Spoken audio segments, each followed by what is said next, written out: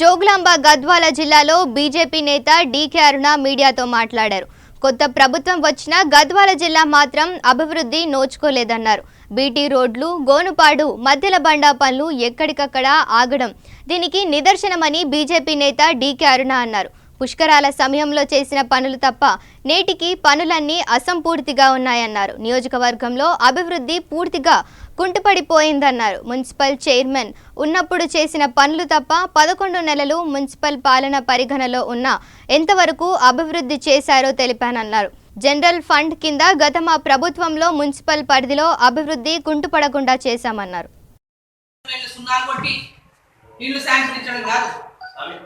మున్సిపాలిటీలో ఎన్నికలు జరుగుతాయి కాబట్టి మున్సిపాలిటీలలో మళ్ళీ ఈ డ్రామా మొదలు పెట్టిండు. ఆడ 2 బెడ్రూమ్లు రంగులు కొట్టి ఇల్లు మరుస్తున్నాడు. ఏ గ్రామంలో ఇప్పటిదాకా ఒక 2 బెడ్రూమ్లు ఎన్ని గ్రామాల్లో కట్టిండు, ఎంతమందికి ఇల్లు ఇచ్చిండ్రు? మొత్తం ప్రజలని మోసం చేయడము, ఎన్నికల దృష్టిలో పెట్టుకొని పనిచేయడం తప్పితే టీఆర్ఎస్ ప్రభుత్వం ప్రజలకు ఇచ్చినటువంటి హామీలపైన చిత్తశుద్ధి లేదు, తెలంగాణ అభివృద్ధి పైన చిత్తశుద్ధి లేదు. తెలంగాణ ప్రజలకు మోసం చేయడంలో టీఆర్ఎస్ ప్రభుత్వం దిట్టా, కేసీఆర్ దిట్టా అని చెప్పి సందర్భంగా నేను తెలియజేస్తా ఉన్నా.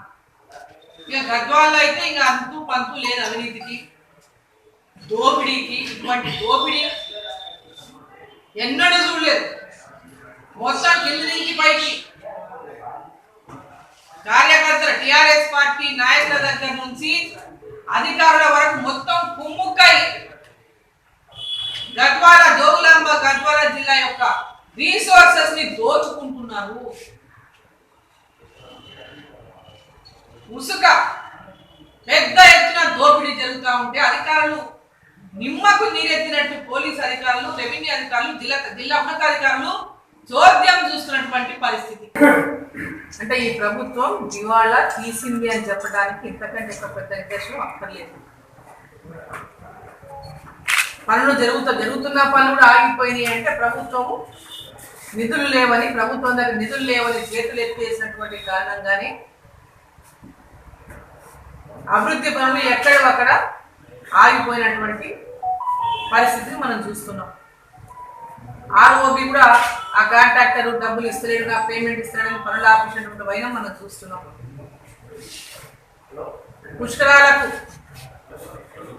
పుష్కరాల సందర్భంగా మనం ఎప్పుడో నేను మంత్రిగా ఉన్నప్పుడు శాంక్షన్ చేసినటువంటి బ్రిడ్జి పనులు కూడా, నదీ పోయే బ్రిడ్జి పనులు కూడా శాంక్షన్ అయ్యి కనీసం వాటికి మోక్షం కలిగించింది పుష్కరాల సమయంలో. ఆ పనులు టెండర్ తీసుకున్నటువంటి పనులు కూడా ఆదరాబాదరగా సంచులు వేసి ఆ పుష్కరాల టైంలో పుష్కరాల రోడ్లు నడవలేదు. ఇప్పటిదాకా కూడా దారి పనులు కూడా మరి మున్సిపాలిటీ కాంపౌండ్ లో ఎందుకు ఆ ట్రాక్టర్ ఆపుతున్నారు? నీళ్ళ ట్రాక్టర్ ఎందుకోసం? మున్సిపాలిటీ వాళ్ళు ఇంతదాకా స్థలం లేక మున్సిపాలిటీలో ఆపుతున్నారా? ఎందుకు మున్సిపాలిటీ గ్రౌండ్ లో ఆ నాయకుని ట్రాక్టర్ ఉంటుంది, నీళ్ళ ట్యాంకర్ ఉంటుంది? మున్సిపాలిటీకి అనేక ట్యాంకర్లు ఉన్నాయి. మున్సిపాలిటీకి ఎలాంటి కిరాయి ట్యాంకర్లు అవసరం లేకుండానే గతంలోనే చర్యలు తీసుకోవడం జరిగింది మా హయాంలో. మరి ఇప్పుడు ఎందుకు ఆ ట్యాంకర్ని మున్సిపాలిటీ గ్రౌండ్ లో ఆపుతున్నారు? ఇప్పుడు మున్సిపాలిటీలో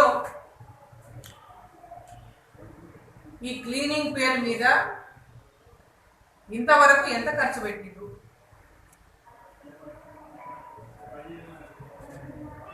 మున్సిపాలిటీ నిధులు ఎంత ఖర్చు అయింది? లేదా కలెక్టర్ గారు ప్రత్యేక నిధులు ఏమన్నా ఇచ్చిండ్రా?